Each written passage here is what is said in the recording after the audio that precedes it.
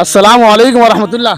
वालेकुम अस्सलाम व रहमतुल्लाह। मैं आपसे कुछ इस्लामी क्वेश्चंस करूं, अच्छा करो। जवाब देंगे? हाँ।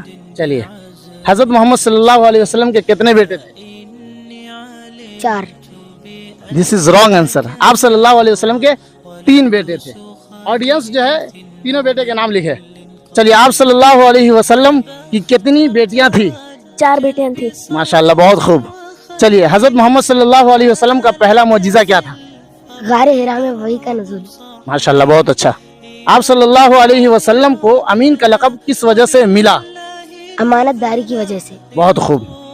अच्छा, हजरत मोहम्मद सल्लल्लाहु अलैहि वसल्लम का रोज़ा मुबारक किस शहर में वाक़ है?